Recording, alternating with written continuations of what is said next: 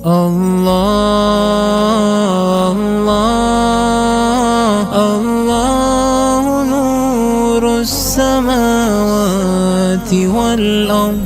Lantern of light, evolving together.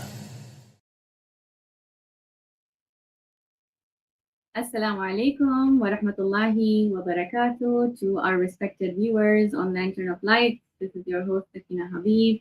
I hope that all of you are keeping in good health, inshallah. And I'm so happy to have all of you once again join me on this brilliant podcast. I know that we've got a brilliant response, by the way, from last time on our conversation with Sister Maliha Manji, if you all remember, related to emotional abuse and, of course, domestic violence. We did discuss quite a lot and we did receive tremendous, amazing feedback.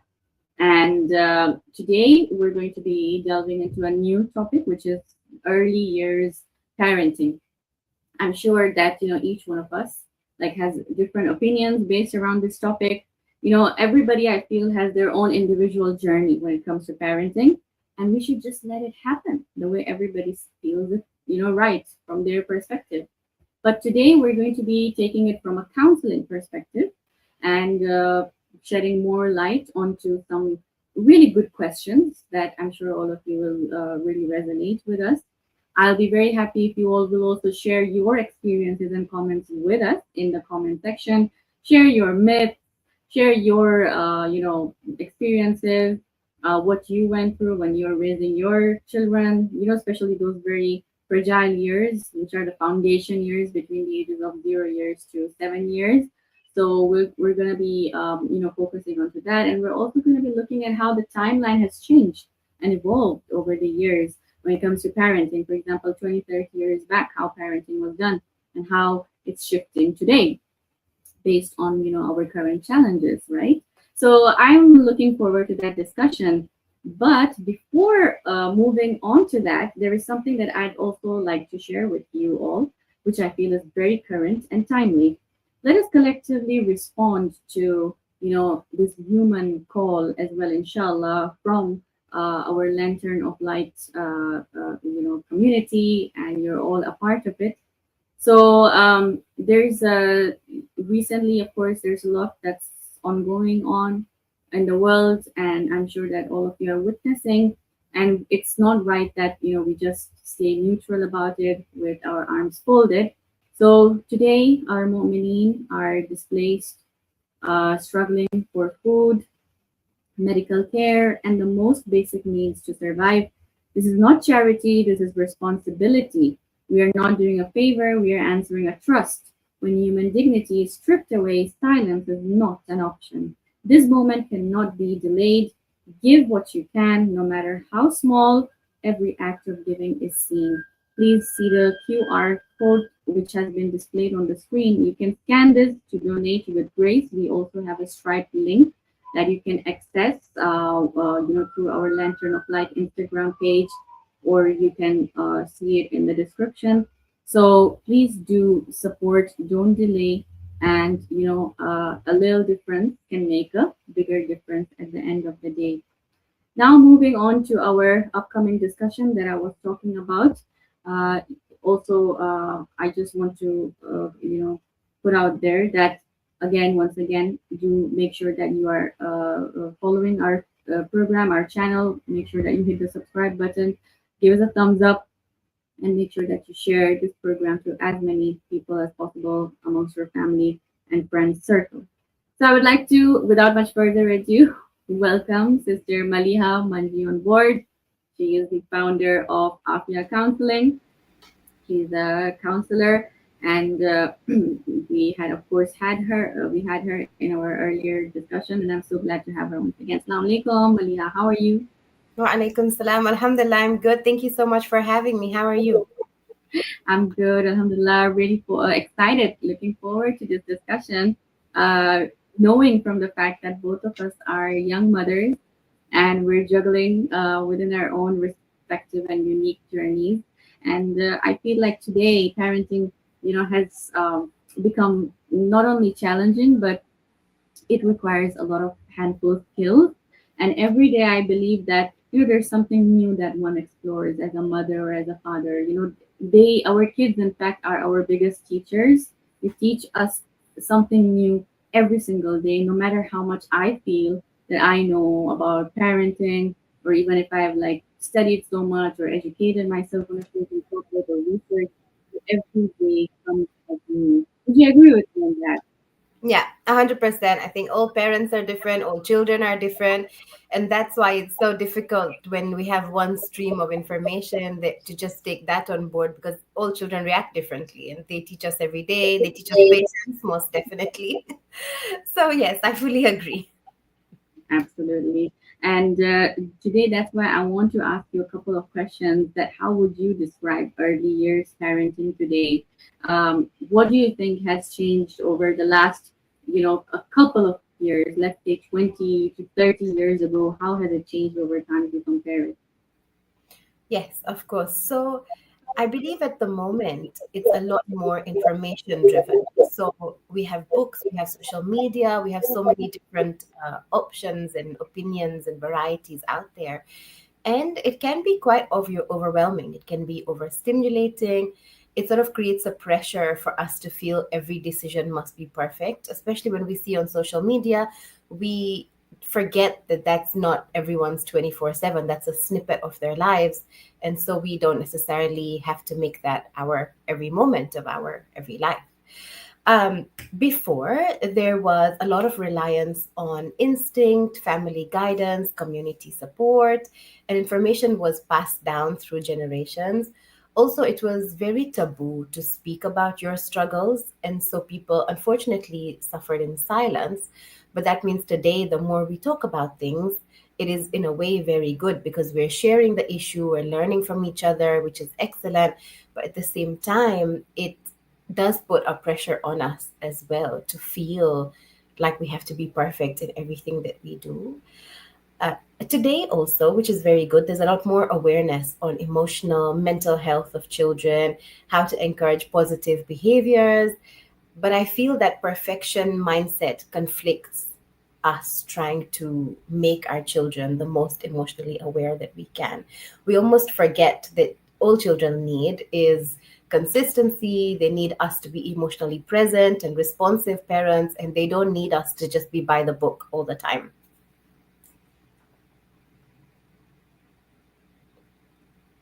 Yep, I totally agree with you that sometimes, we feel like, oh, there should be like a structured pattern, into parenting. Like it should be like A, B, C, D, very alphabetically, and that's when you succeed.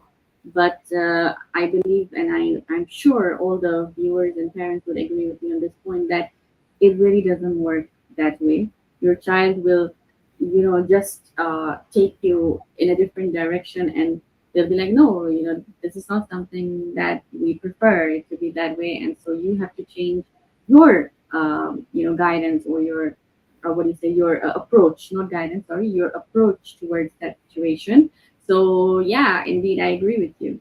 And okay, what about if we, look into the biggest pressures that modern parents are facing today, especially when raising children aged 0 to 7.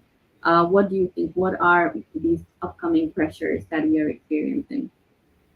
So today we generally have a lot of more women working in this day and age, and so that brings its own host of challenges. We find ourselves as parents becoming or trying to balance going back to work for some people, family life, trying to raise our emotionally healthy children, trying to make sure that they are fed with nutritious food, and it's not just I'm not saying before was easier, but before potentially was less structured, less pressure on what are we feeding, what are the timings we have for especially these younger kids. We have 3 meals and 2 snacks, and it's very rigid, the schedule, I would say.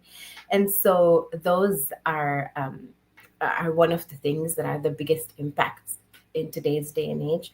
Also, with social media, we said there's unrealistic comparisons, self expectations that we put on ourselves. We see people post things about their family life and going away, and we sometimes feel maybe I'm not doing enough with my child, maybe I'm not exposing them to enough things, or taking them out enough, or taking them to the park because I saw this person doing it, taking them to see animals, whatever.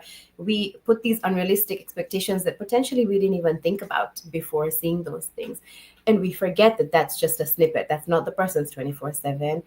And this leads to anxiety, it leads to self doubt. Sometimes it leads to guilt as well as a parent.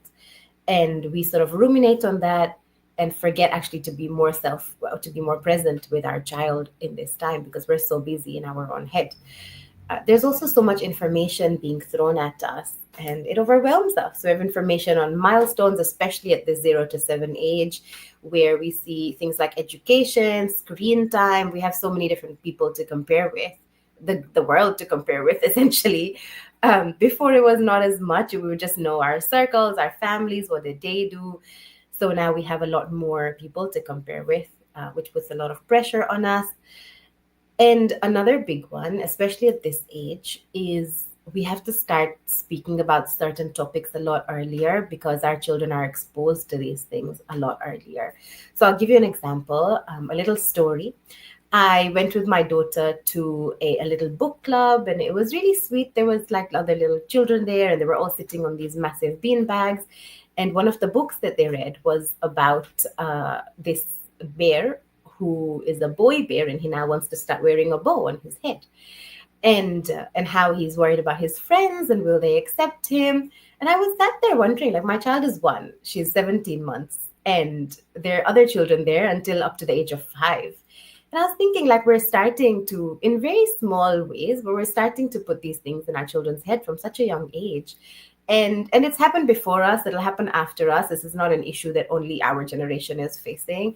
But we were not brought up with the skills to be able to handle this because it was not there at the time at such a young stage. And so we're learning these skills with the information being bombarded at us. It can be quite overwhelming.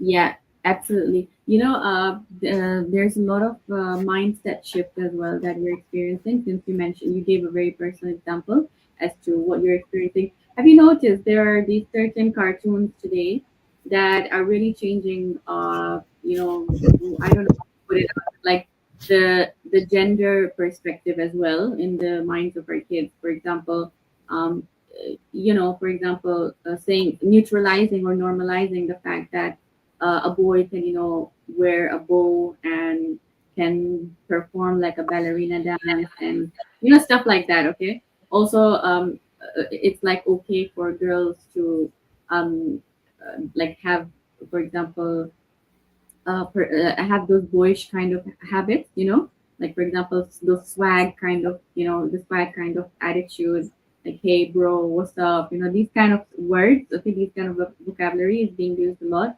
and sometimes we as parents think or believe that, oh, it's okay, this is a cool trend, our kids should move with times like this because we don't want our children to be, like the way we say, like like very dumb, yeah, dumbfounded and stuff like that.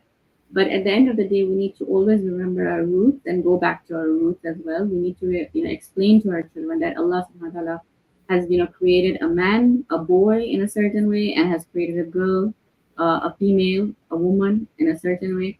And, of course, Allah respects both of us. The Quran itself says that, at the end of the day, how are we going to be even judged or accounted based on our akhlaq, on our taqwa, most importantly. So, yes, we are not saying that either one of the gender is better than the other. No, both hold equal status, but at the same time, our roles are designed in different ways, right? So we need to make our kids understand this from a young age, especially when it comes to girls. Like, when we tell them stuff like, okay, can you help around in the house? For example, basic, simple chores, even if they're like 4 or 5 years old, when you start telling them, can you help me, clear the table today? Let's do it together. Or let's help clean up the room after you've played with your toys. Can you come help mommy cook some pancakes in the kitchen? So, that automatically drives a very nurturing and a warm emotional factor or feature within the child when she grows up. And I'm not saying that we should again limit these kind of activities just to a girl, just because she is a girl. No, even a boy can do that. We can tell our sons, for example, that can you help? Let like you be the chef today. You can wear your chef hat. And let the mommy and you can cook something today for daddy and our family. So I believe that these are some valuable what do you say features and instincts that should be built in a child from a very young age, so that when they grow up, they don't feel it as a burden. They feel, "Oh, okay, it's part of life. I should be very independent." I've seen a lot of children in Japan, if you've noticed, and in China, where have you seen in their school itself? This is a part of their curriculum. They're like literally washing dishes. They're like mopping. They know how to stitch. They know how to cook food. Like they're literally frying eggs on on the pans and everything, open pans. And we in our culture, we would be like, no, no, no, our children, please don't go next to the stove. You're gonna get burned. Don't do that. So I feel like we should sometimes let them experience and learn. There's that trial and error thing, yeah. Let them learn, because they will become independent like that in the future. They will not always be like scared and depending just on the parents, right? So that is also I feel like I thought to add this point, that it's so important sometimes to let the child experience. And I'm not saying, oh, let the child go to such a point that they get an injury or something. No, you have to be careful. We just sit back, monitor, see what they're doing, you know, and then if we see that they're crossing the line or reaching the danger point, that's when the mother or father should step in and guide them, right? So this is something that I wanted to put out. I was just actually, I thought that let me connect to the point that you mentioned, because in cartoons today and everything, we see there's a lot happening. So it's good that you brought up that topic. Okay, tell me in your experience, Maliha. Sorry, I think I just got carried away. In your experience, what are some common parenting myths about early childhood that still exist today? I'm sure you'll have a lot to say about this. It's a very interesting one. Yeah, a lot to say about it, definitely. I think before I say about it, I want to agree with your point. It is very important to instill in our children that they're going to become adults at some point. And all children or all adults need to know how to adult. So they need to know how to cook, how to clean, how to be independent human beings.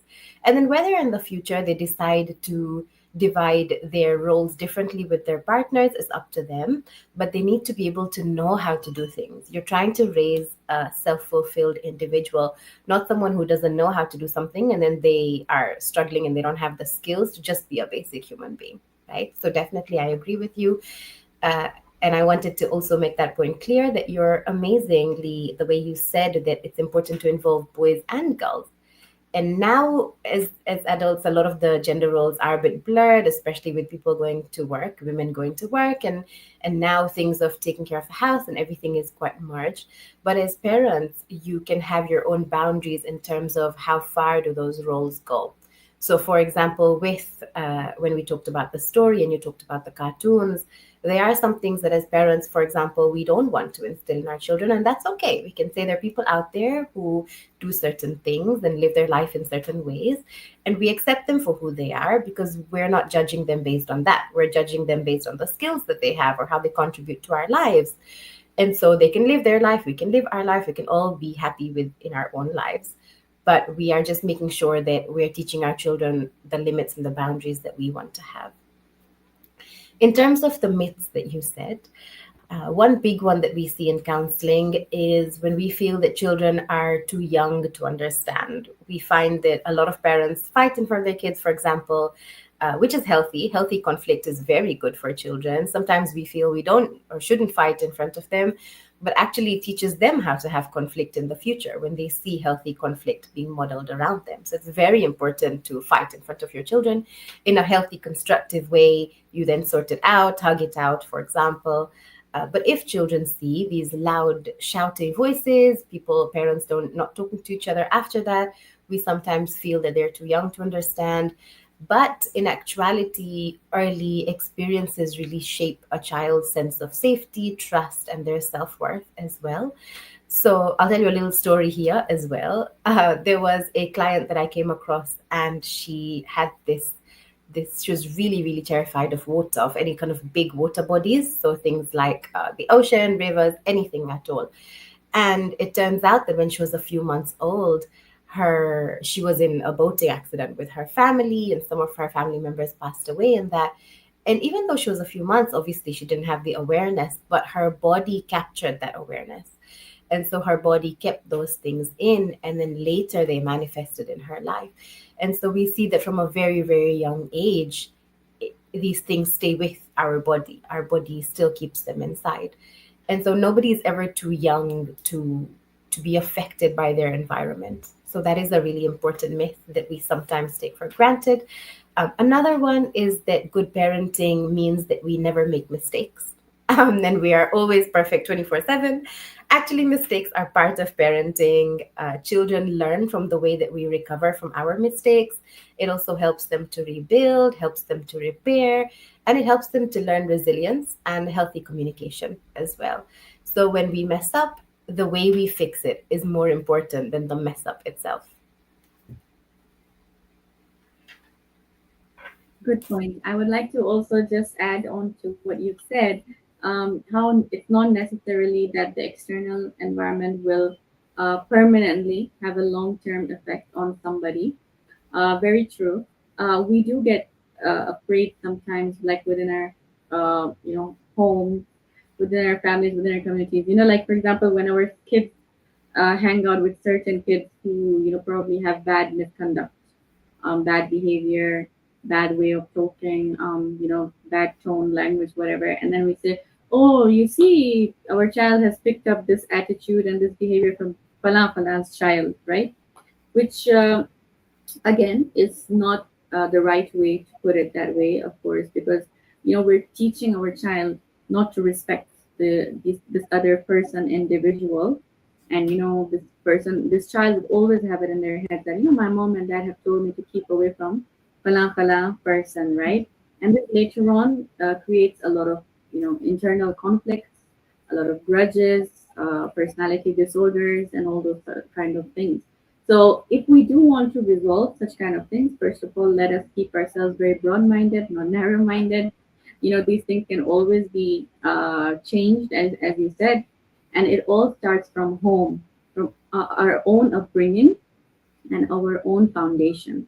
This is very important. As parents, I feel that from the very early years, we should create a very good background, a very good system, a very organized system, a very peaceful environment, a peaceful climate within our homes. And that helps the child, no matter where they go, then when they become teenagers or adults, even if they travel around the world, their foundations, their akhlaq, their behavior, their beliefs will not alter or change.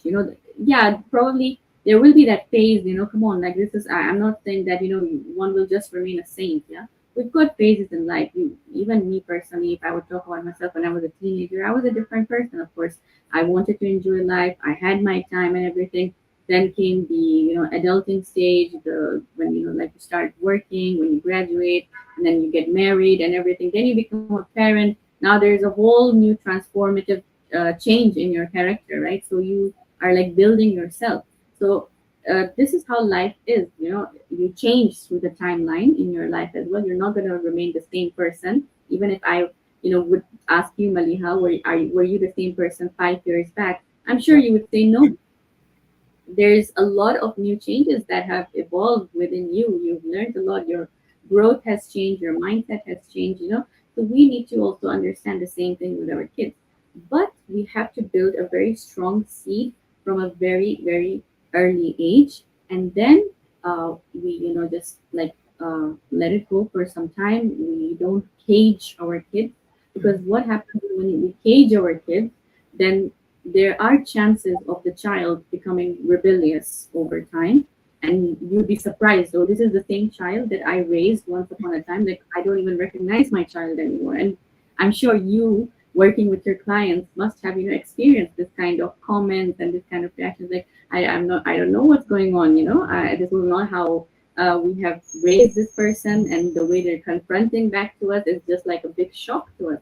So it's probably that somewhere down the lane, maybe our own emotional traumas, I would add to. I'm sure that you would say, agree to this also, that within our culture, within our family systems, because of the fact that they went through a lot of trauma. Okay, so the trauma dumping gets dumped on the children, right? And then what happens is those children pick those negative energies, and as they grow up, they also have those scars and traumas revolving around them, those invisible ones, which they don't know where did it actually come from. It came from the families, the grandparents, and it passed on, and these kind of things.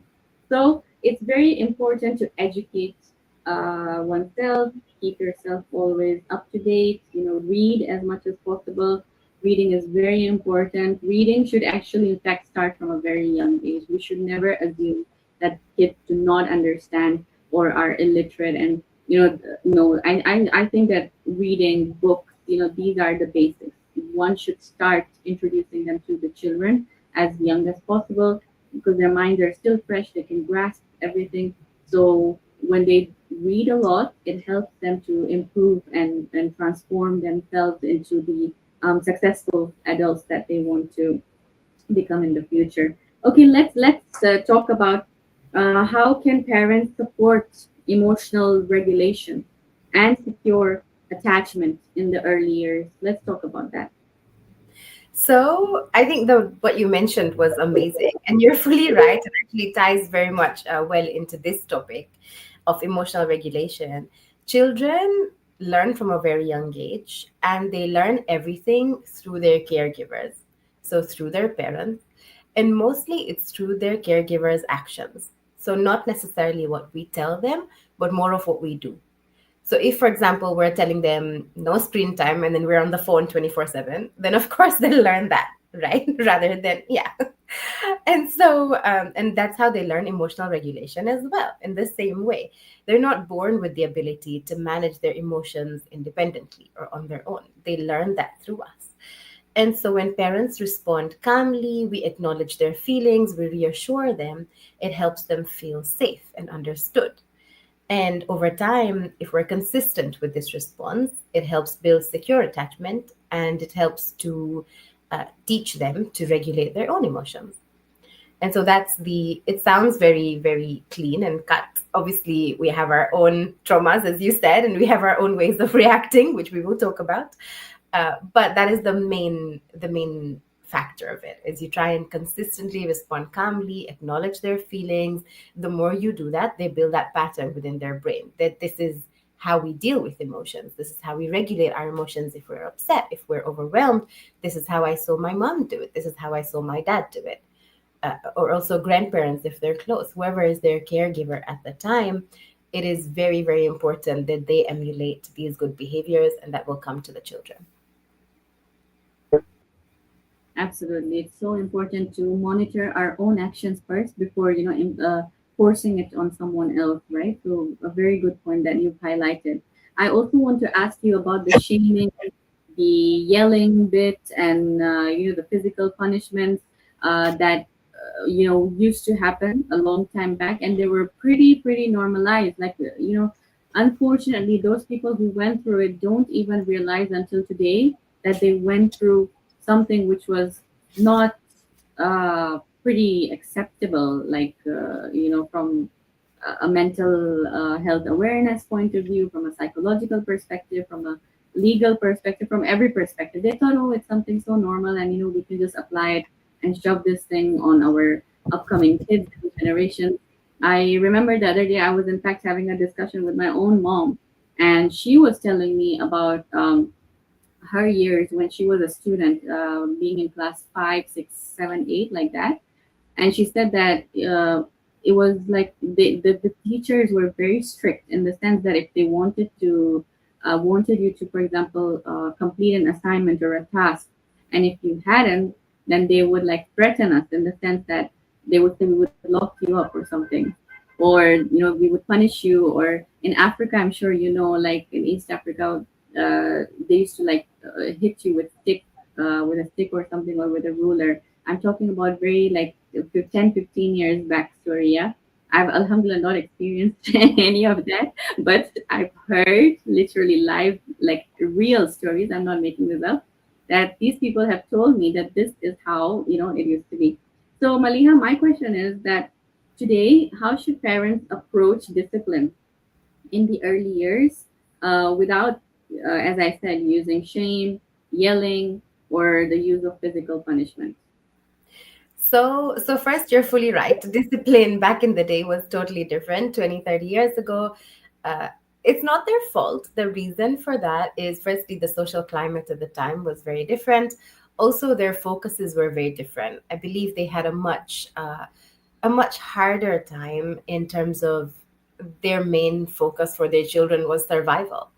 They didn't almost have the luxury to look at emotional health because they were so busy looking at physical health, basic survival, making sure people had enough food on the table.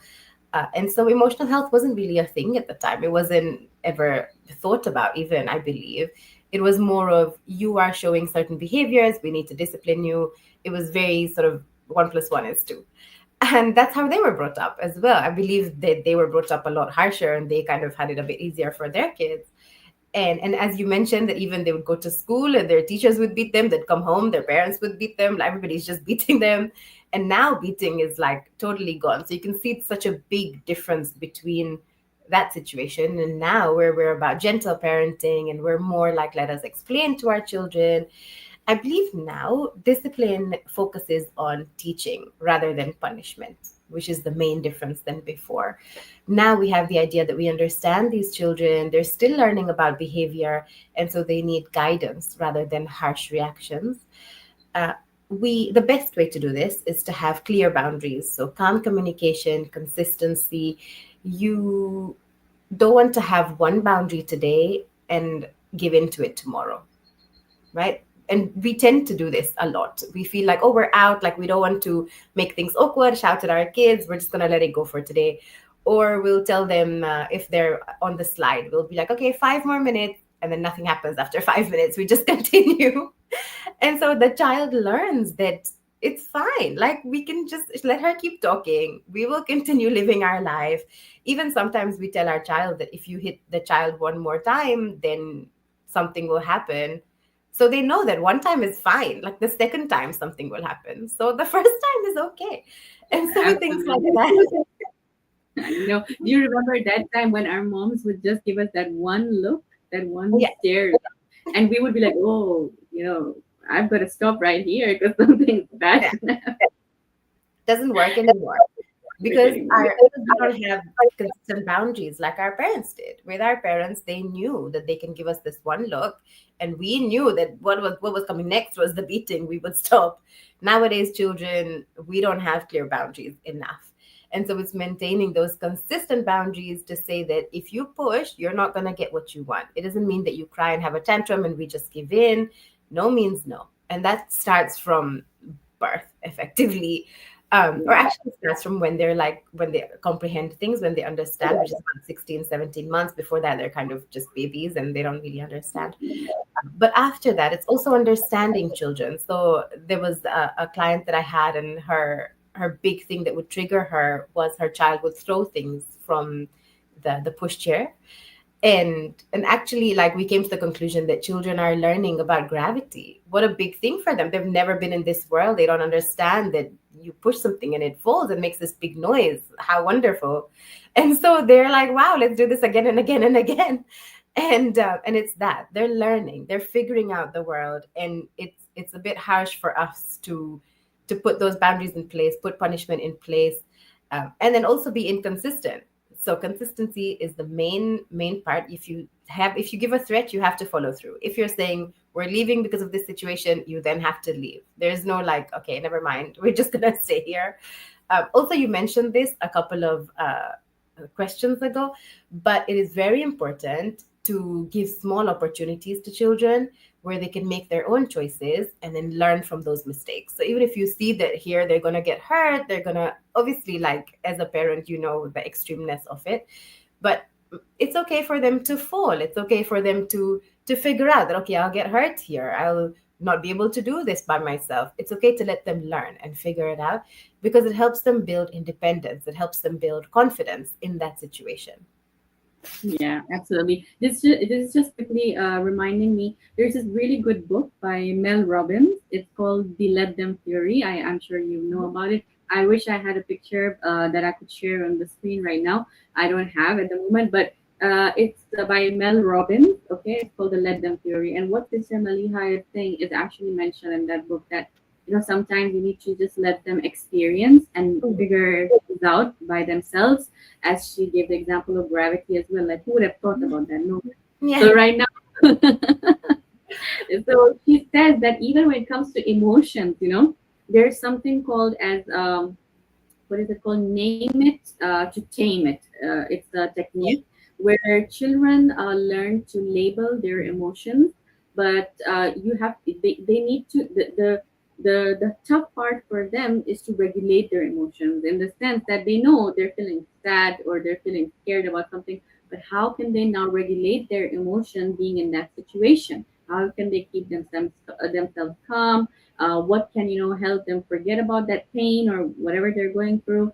So these are some strategies that are present in today's time, and in the sense that we're learning about them. So this is something that I just wanted to share with everybody. And also, when we talk about what do you say, the role of mothers and fathers, right, in early childhood development. Tell me, what do research and current understandings tell us about the roles of mothers and fathers in early development? I know that you had mentioned that sometimes when we have this conflict going on in our houses, like between a father and mother, of course it's healthy, but then they watch it and they take a lot from it. Like, how is my father talking to my mom? How is my mom reacting?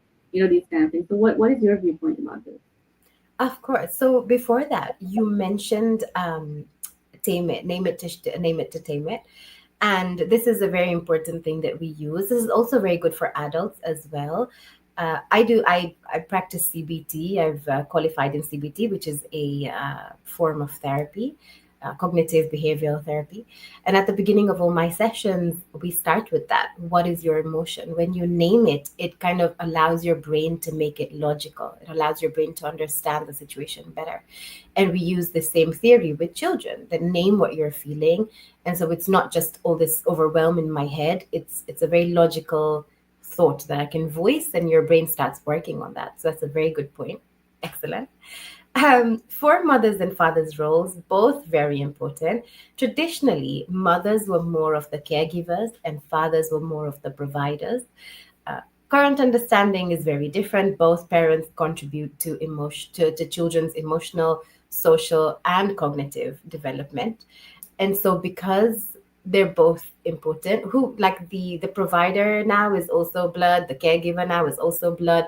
It's kind of everyone does everything. And research shows that that's the case. It doesn't necessarily mean that the father is just good for earning money and that's it. The father has a major role in children's development.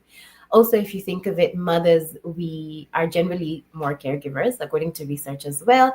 And so we would potentially hold our children back from doing a lot of those exploratory things of getting hurt, for example, or trying to be more independent. Whereas fathers, generally, research has shown that they're a lot more setting free to their children. Go explore, go do this, don't have rigid routines. And so children need both of those, definitely, especially in the early years. We find that children benefit from the emotional warmth and guidance of both, and they're not limited to one parent specifically to getting that. What matters most is the quality of that relationship. So, from both parents, the consistency, as we said, the emotional presence, and the responsiveness of both parents to them. And that's how you build things like self-esteem within children, by responding to them, by having that emotional presence with them. If children don't get consistency, warmth, and guidance, especially emotionally, it impacts their sense of security. They can grow up feeling insecure. It can impact their self esteem, as we said. They can find it difficult to trust others in the world because they haven't got that from a young age, and to regulate their emotions, of course, as these have not been modeled to them properly. Right. Absolutely. These are such valid points that I hope we all can, take lessons from, and I hope that we can note them down as well. It's very important to especially be present. I feel in today's time, since we get so heavily and easily distracted by social media. I'm Yeah. sure this happens in a lot of households that, when we're on our phones and on our screens, and the child comes and is requesting something or demanding something, and we're just giving them a half ear, and we're like, okay, I'm going to come back to that. So these kind of things really do have an impact on the child. I feel that when a child calls you, you have to just leave everything and attend to them, to Yeah. their needs, to their emotions, because then that makes them feel that yes, my mother is there for me. She's listening to me. I look up to her. My safety, my comfort is there, and they feel connected in that way. And they would never feel that loneliness and depressed and all of those kind of negative things. A So this hundred. is It is hard though. It is hard to do that because we obviously try to like balance so many things in this day and age, and so it's hard to be able to do that. We try as much as we can. We try to be yeah, consistent, but you're right. If we don't, to a certain extent, then it can impact their relationships going forward. They can become withdrawn. They can seek validation in unhealthy ways as they grow up, or through unhealthy people, unhealthy channels. And so it's really important to give them that validation while they're young and still in our homes. uh, Children learn about the world through us, through these early relationships with us. And if these early relationships are unpredictable or unsupportive by either parent, then this shapes the way they see the world. And so that is very important, that both parents are vital in their development. very true. A brilliant point you've mentioned.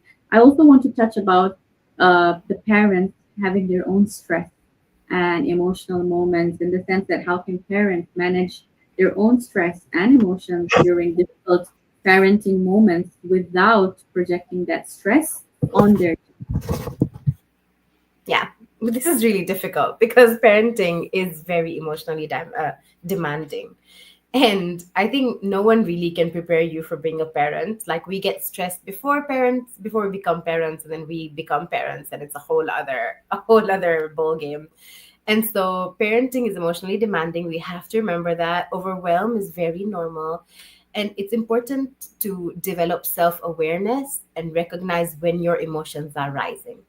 And so what you're trying to do is you're trying to curb them before they blow up, right? So, for example, if you need to take a brief pause, if you can recognize that, okay, now I can feel my tensions are rising, I need to step away from these children for a while. And so just make sure that they're safe, especially if they're young, you make sure that they're like in a safe space and they're caught or whatever. And even actually when women give birth and come home from the hospital, then the nurses and the doctors will tell you it's okay to leave your child alone crying for a while if you need a break. And that's because a lot of people get frustrated and they shake their baby, and a lot of other complications occur. But the same thing applies with them as they grow up. We just need to take a break from them sometimes, potentially do some breathing, slow our breathing, uh, to do something for ourselves. So maybe take a five minutes of just looking at nature or having a cup of tea or something where you're just feeding your own cup rather than feeding their cup. That is very important. And it helps prevent us from reacting in frustration. That's what you're trying to avoid. So you're trying to bring in the logical brain over the emotional brain. So in that moment, you're stressed, you're frustrated, the emotional brain wants to bust out. You're trying to minimize that and help it, and the logical brain comes in. If you do react, which is very normal, we all react to our children, to all life situations. It's important we remember that we're not perfect, and that's okay. And what matters most is how we repair, how we reconnect with our child, how we explain to them that, look, mommy or daddy had a moment where we burst. I'm sorry.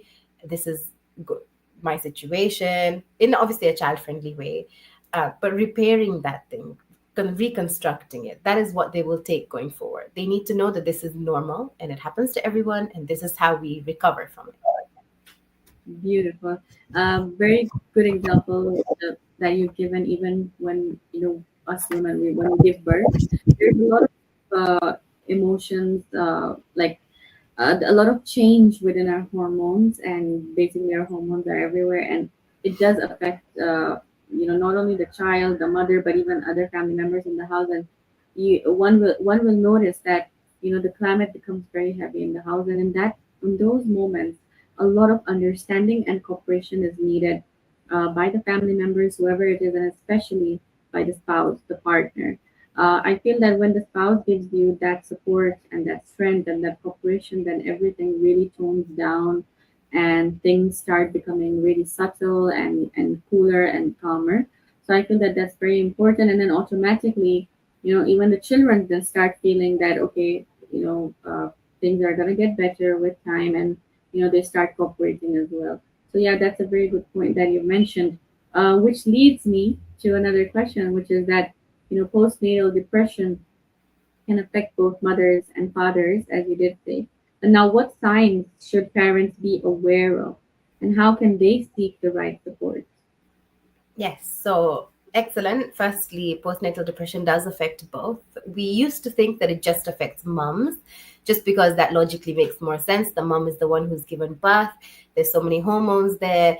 Then you come home and there's feeding and there's changing, and your life has changed 124/7 or 360 degrees. And so logically, yes, we used to think that yes, it only affects mums.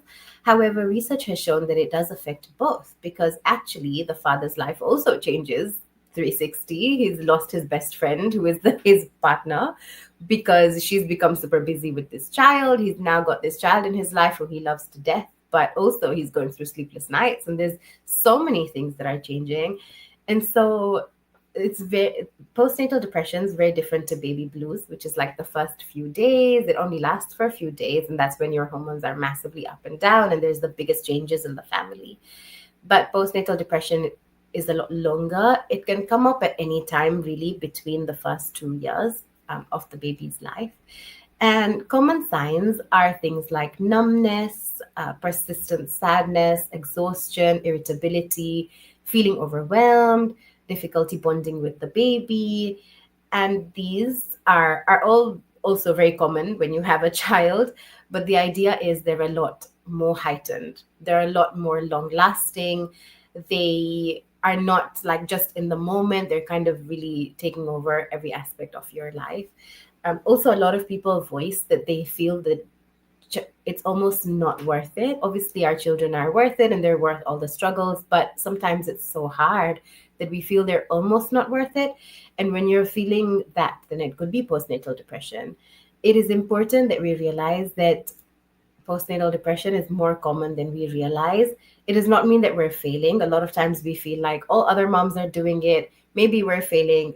We're not failing. It is just the way our lives dynamic is so different now, and it's important to seek support. So from healthcare professionals, a counselor, your trusted support network. As you mentioned, your husband is the biggest part of it.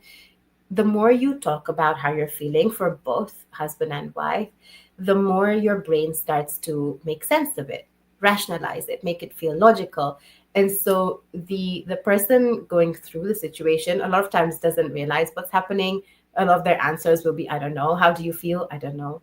And so just listening is very important for the other person. Just hear the person out, support. You can ask them, how can I support you best? Maybe talking it out in that moment, if the answers are all, I don't know, maybe talking it out is not the most helpful for that person. And so what could be more helpful is maybe physical, emotional things. So, for example, a massage, or just give me the remote in my hand and tell me, you know what, take a couple of hours off, like just watch some TV, or make me a foot bath, or something where it's taking care of me. Because the whole everything, the whole dynamic in the house becomes about the child. After the child is born, mom and dad kind of lose who they are as individuals. And so sometimes the person going through that just needs that care and support, and saying that, you know what, you're important, you matter still.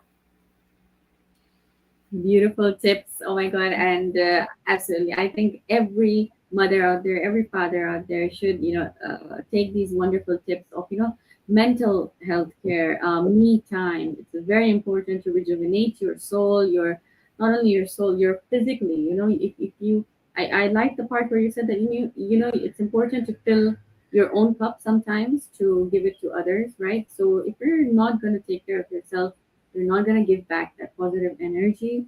So it's very important that once in a while you do take some time off. If you want to watch a series with a cup of coffee, chai, your favorite, I don't know, pakoras, bhajias, whatever. So enjoy, do that. And it really makes a big difference. I've also experienced that. And every person has their own therapeutic methods. For me, sometimes it's these TV programs when I talk to people, and I learn so much from so many guests, like yourself, and there's also points where I feel like, oh, I'm venting out, but I it makes it just, it's like, okay, I'm releasing all those emotions and feelings. So everybody has their own therapy ways, and yeah, massage and walk, these kind of things really do add a lot. I also want to just add about screen time, since I was actually reading about it, that for millions of families, most who are like overwhelmed, tired, or unsure what's developmentally appropriate, broad advice is not enough. Families need clarity, they need leadership, they need practical guidance that they can follow at home. So there's this lady who's called Jo Frost. I'm sure many would know her. She used to do this program, The Nanny, a couple of years back. I used to watch it on the TV screen. So according to her, I'm just stating this as a fact. It's not like, oh, we have to like take it seriously, but it's just a good way of giving out an example for whoever wants to benefit from it. She says that children at the least under 3 years should not be using screens as part of everyday life outside of exceptional circumstances such as video calling family, suggesting that under two is not strong enough. Those early years are when children build language, attachment, emotional regulation, social understanding, and attention through a real human interaction, play, movement, touch, eye contact, and conversation. Screens cannot replace that. For children under 5, guidance should be clear, limited, intentional use, not vague ideas of balance, according to her. But of course, I feel like she's being a little too much disciplinary. So I would still come to the balancing point because I myself, as a mother, balance it out. And she just recommends no more than 30 minutes a day of short, slow paced content. I would agree with the fact of slow paced content, but not that I can cut it down to 30 minutes a day. That's very little for me. So sometimes I, have to just let my child watch the programs since I'm doing my other house chores, my other, commitments, external commitments, all of that. But yes, I will try to at least choose something that is slow content rather than the very, fast, like the music and a lot of animations happening all together at once. So I would choose something which is like, I've seen a lot of Islamic things that are very slow paced, Islamic stories, nasheed. They are very good, like the Prophet stories or the Imam stories on Sabil Tune. There's something called a Sabil Tune. It's a really nice channel. It also has like poems in Urdu language. So I try that my daughter should learn, the Urdu language because she is so attached. I don't know, she's just obsessed with the English language for some reason. And I do want her to learn the Urdu language because the Urdu language is my mother tongue, and Gujarati, of course, then is our second and third like that, and also Kiswahili in our area, in our town where we live. So I feel like languages are very important, our own mother languages that we should instill in our kids. And of course, children should have proper 10 to 12 hours of sleep. Active play is very important. Sometimes boredom is also very important. I know my daughter comes in a lot of times and tells me, Mommy, I'm bored. Mommy, there's nothing to do. And I'm just thinking, oh my God, how many activities should I come up with for her to keep her entertained, honestly? I can't, take out so much time for her, but sometimes it's good to let them get bored. Why? Because then their mind tends to figure out and come up with ways of keeping themselves entertained, which is very a good way. Yeah. I remember as a child, I used to get bored so many times. I didn't have like social media all the time. So what was I doing then? I'm sure I must have figured it out. I was doing a lot of things. So that is also very important. So I just thought to add all these points extra. For everybody to take good benefit from. I And think I this want, is wonderful. yeah, You so like, so there's so much research, of course, that under the age of 3 we should not give any screen time. I know sometimes with parents you need them to just be busy with something, and you're just like, just go, just do half an hour, whatever, watch what you want, I don't care. And so as a parent you can obviously like see what works for you, what doesn't. uh, I think screen time is so new and screens are so new that it's so difficult for any of us to really decipher what our boundaries are. And so, and we want our kids to connect with our families and do video calls, even when they're born, we start screen time effectively. And so as a parent, you need to be able to just work that out with yourself, and see what your own boundaries are, trial and error. I think it's important to, and you kind of mentioned this earlier, it's important to know that early experiences, they obviously have a big impact on a child's life, but they don't necessarily define the child's future completely, right? With the right support, positive relationships later on, children can build resilience. They can develop in healthy ways and they can change certain things. Of course, even the way we were brought up, we all say that, okay, I would change this from my parenting, I would change that from the way like my parents brought me up. And our children will say the same. They'll say, I'll change this and I'll change that. And so we all will do things that our children don't agree with their children, and that's okay. It doesn't mean that we all are just, we know exactly what we're doing. We're all learning. When a child is born, the parent is born, and so we're all new at this. We have no idea, and so we all just learn on the go. You also mentioned boredom, which is so important. They say all creative ideas come from boredom. And it's so true that even if a child is bored and you give them anything, you give them a paper, you give them a pipe, you give them anything at all, and you'll see how this child's beautiful mind makes things that you don't even realize, because we're so busy in our day to day and we have to cook and clean and work and get money and so many things. And children obviously don't have all those pressures on them, and you really see them thrive when they're bored. And so boredom is excellent. We love it. We just tell all the children, go get bored, figure it out. Just go see how you go. Um, that, it's really yeah, important. absolutely. Oh my God, honestly, I felt like today's conversation was so good. I felt we were sitting in our like living room or our drawing room, and we were just having this fun, casual Yeah, me conversation. too. Thank you, Maliha. Thank you. Thanks to you for joining. Of course. Thank you so much for having me. I felt the same way. I felt it was just two friends chatting about motherhood and fatherhood and parenthood, and it was great. And I learned so much from you too. So thank you so much.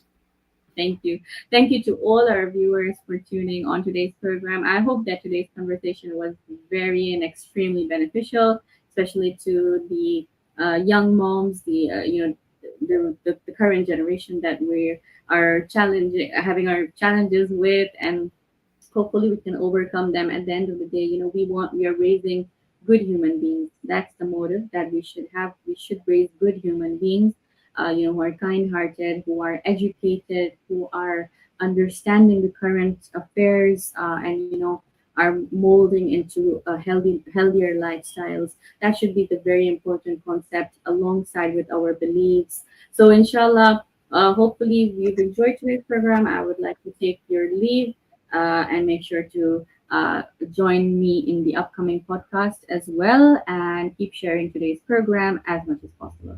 This is your host, Takina Habib, signing off. جزاكم الله خيرا والسلام عليكم ورحمة الله وبركاته.